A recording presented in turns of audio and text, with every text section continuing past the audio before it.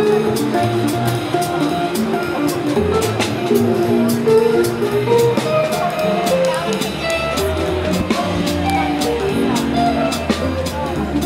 is one of the key events on sort of the literary calendar in Montreal for a lot of us because it celebrates a very specific community, the Anglo writing community here in Montreal. What was so amazing to me was that the people in the community, the writers, really all came out for this to celebrate this anniversary, and like everybody was here. Once every 3 years I'll show up for one of these things, but I think I'm going to be doing it much more often. Yeah, I think the work that the QWF does is absolutely invaluable. It's a pretty amazing organization in terms of what they're able to offer their members. For what we give them, they work so tirelessly on our behalf. It's an unbelievable resource for English writers in Quebec. Essential organization.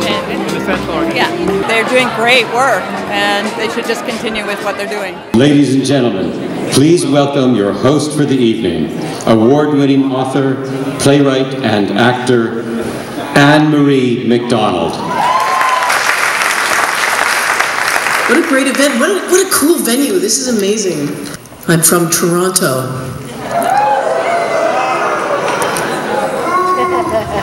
And before you vote overwhelmingly to strip me of the majority of my hosting powers, I just want to say I am moving here. He is a former journalist and is himself the author of several books in both English and French. Mr. Fraser, please. In the past, I have often talked about the arcade fire phenomenon.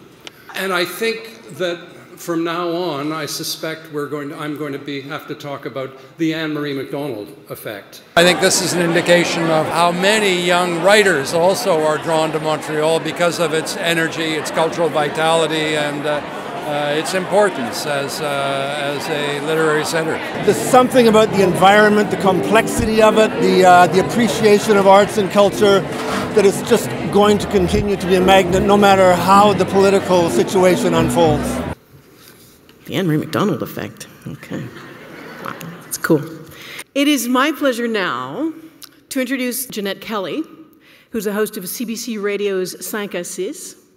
And she's with us tonight to present the winners of the Quebec Writing Competition. Jeanette, please. And the first prize winner is Stephen Manners for his story, Agnosis.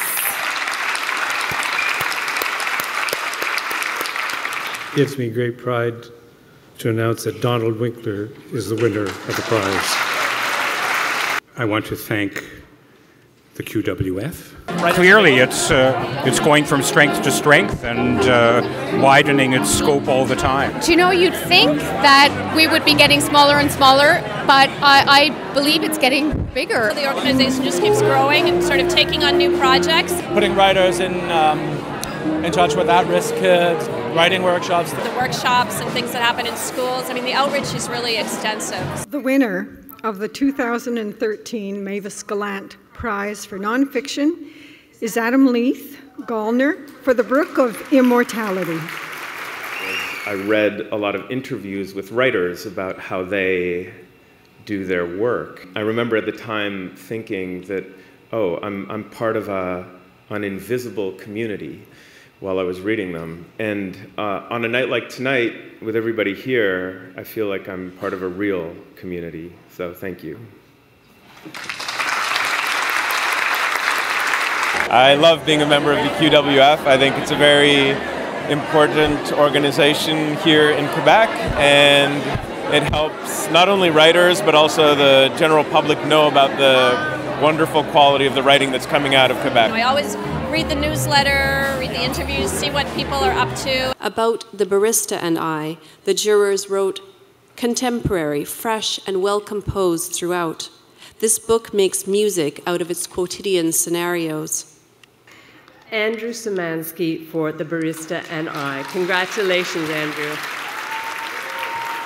This is like deeply weird even being in the room. I thought maybe they'd like give me some hint that I had to like say something or whatever. I had to borrow shoes for tonight. Yeah.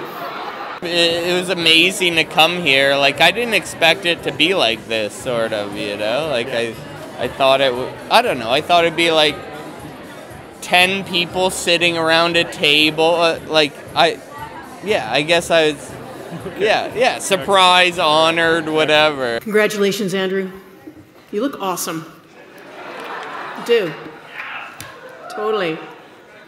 When I started writing something every day back in like 1980, so there were no workshops, mentorships, no literary database, and that neat in-house lit mag, Carte Blanche. In fact, there was no Quebec writing competition. It was really a kind of strange interregnum period. I didn't really know what to say about the past because there was Q-Spell, there was Fugue, then they had some kind of marriage. Was it forced? Was it a marriage of love? I don't remember. The scene 15 years ago was was much less lively, was much less recognized, and QWF has created a resource center for artists, a focus for artists, for writers. It's given them a visibility that never existed before. So I think they've done a tremendous job, and I hope they're still here for another 50 years. The winner of the 2013 A.M. Klein Prize for Poetry is Ken Howe. I'd like to say that for anyone who has a copy of the book, if you could take it out and add a line break after the word size at the bottom of page 54. He was above everyone, could never love anyone, but he was proud and he was vain and he was pretty, which only meant that she would want him all the more.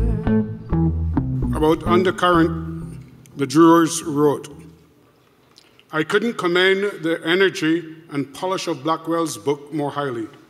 I look forward to reading whatever he comes out with next. And the winner is Paul Blackwell for Undercurrent. I thank the jury for this selection. That really surprised me and is overwhelming me.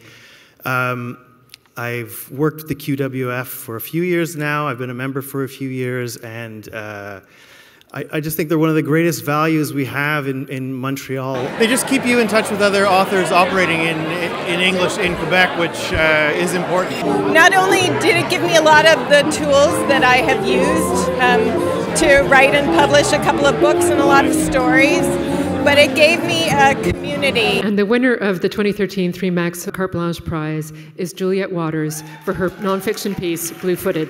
Juliette.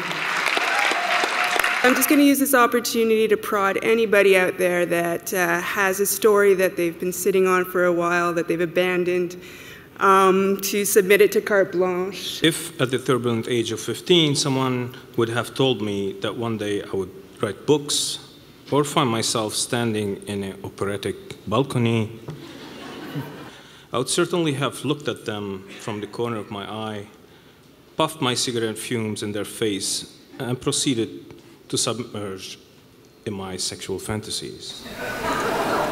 I feel sometimes that they are linked to the rest of Canada. They're this juncture, and so they do play. An institution like this, an organization like this, play a very important role.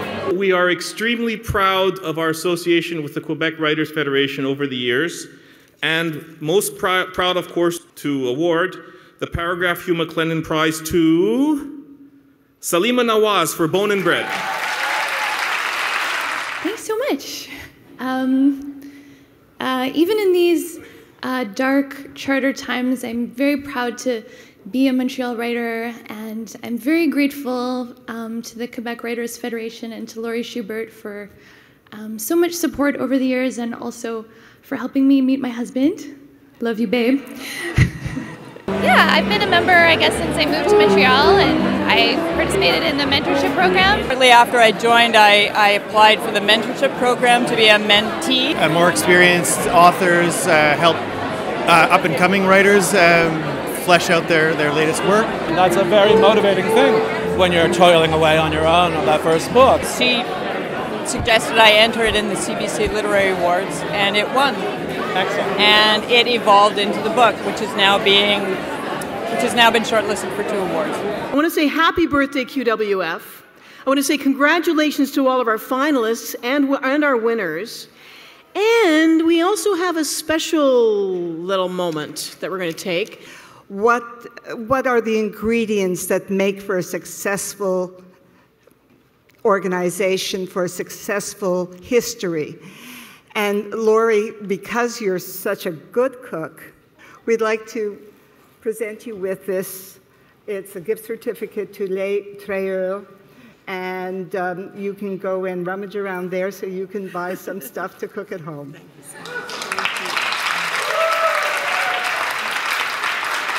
She's the best.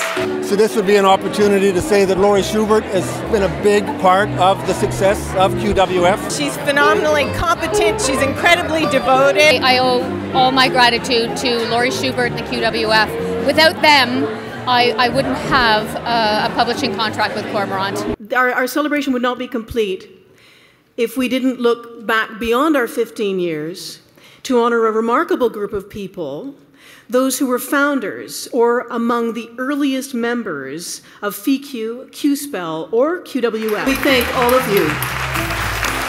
Buy these people a drink. Thank you for coming.